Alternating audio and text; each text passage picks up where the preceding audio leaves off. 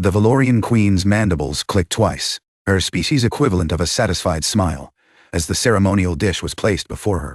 Marcus Chen, third-year server at the Galactic Summit Hotel, noticed the sous chef's hands trembling as he retreated to the kitchen. That wasn't right. Korvax had served 17 state dinners without a single nervous twitch. Marcus had watched him plate dishes for warlords, dictators, and beings who could vaporize planets with a thought. The man's hands never shook. The Queen reached for her utensil, a crystalline fork designed for her four-fingered grip. Around the circular table, ambassadors from 9 species engaged in careful diplomatic small talk. Security personnel lined the walls, Velorian royal guards in their chitinous armor, human secret service in black suits, and the insectoid Krix standing motionless as statues. Marcus moved to refill water glasses, his path taking him closer to the kitchen entrance. Through the porthole window he saw Korvax standing rigid against the prep counter, a Krix soldier's blade arm pressed against his throat. His heart stopped. The Queen lifted a portion of the iridescent meat to her mouth. Marcus had 3 seconds. Maybe 2. The Velorian-Human Alliance had taken 40 years to build. Queen Thessaly VII's visit was meant to cement a trade agreement worth trillions. Her death on human soil wouldn't just end the alliance, it would start a war humanity couldn't win. Marcus knew this because his mother had died in the border conflicts. Because he'd spent his childhood in refugee camps while diplomats argued. Because he'd taken this job specifically to be part of something that prevented more children from growing up the way he had. The Krix delegation had opposed the alliance from the start. Their empire thrived on the chaos between Velorian and human space. Peace meant the end of their profitable neutrality. He counted the guards. 6 Krix honor escorts positioned around the room. The human and Velorian security had no idea. Why would they? The Krix were allies of convenience, trusted enough to attend but not enough to matter. The fork rose higher. If he shouted a warning, the Krix would kill him before the words left his mouth. If he did nothing, the Queen would be dead in seconds, and the toxin, whatever it was, would be blamed on human incompetence or malice. He was a server, 26 years old. No combat training. No weapons. But he was 3 feet from the Queen's plate, and no one else knew. Marcus pivoted on his heel, water pitcher still in hand. "Your Majesty, allow me to..." He swung the pitcher in a wide arc, silver flashing under the chandeliers, and slammed it into the plate with every ounce of strength he possessed. Porcelain shattered. The iridescent meat splattered across the white tablecloth. Water and shards exploded outward. The Queen recoiled, clicking in alarm. Every guard in the room drew their weapon. "Assassin!" The lead Krix pointed a blade arm at Marcus. "The human has attacked the Queen."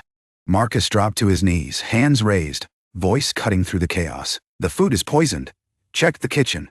There's a Krix holding the chef hostage." For 1 eternal second, no one moved. Then, Queen Thessaly raised one of her 4 arms, mandibles clicking a sharp command. Her guards hesitated. The human secret service agents exchanged glances. "Hold," the Queen said, her translator rendering the word in a dozen languages simultaneously.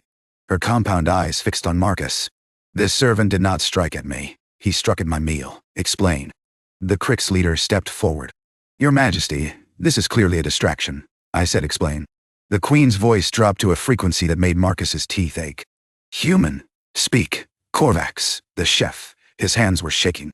"They never shake." I looked through the kitchen window and saw one of them. Marcus pointed at the Krix delegation, holding a blade to his throat. "They made him poison your food."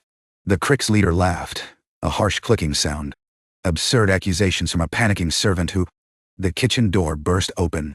Korvax stumbled through, blood streaming from a gash on his neck, a dead Krix soldier crumpling behind him with a meat thermometer buried in its eye socket.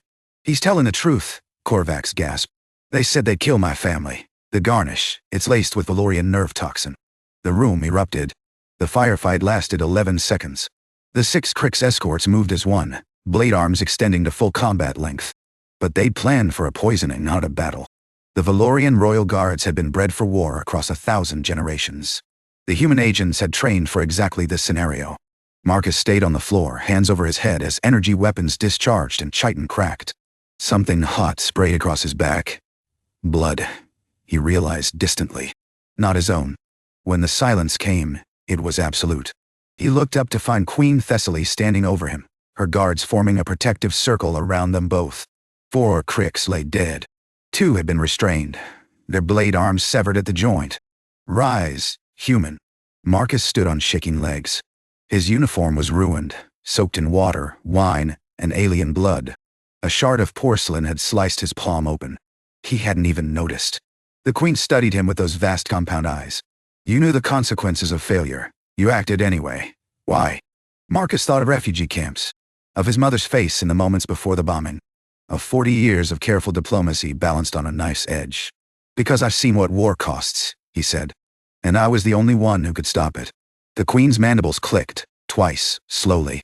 That satisfied smile again. The Velorian Empire does not forget its debts, Marcus Chen. She turned to address the room, her voice carrying to every corner. Let the record show. Tonight, a human servant saved my life and preserved the peace between our peoples. The Krix Confederacy's treachery will be answered. 3 months later, the Velorian-Human Alliance was signed in a ceremony broadcast across both civilizations. Marcus stood in the front row, not as a server, but as a formal guest of the Queen. His hands didn't shake once.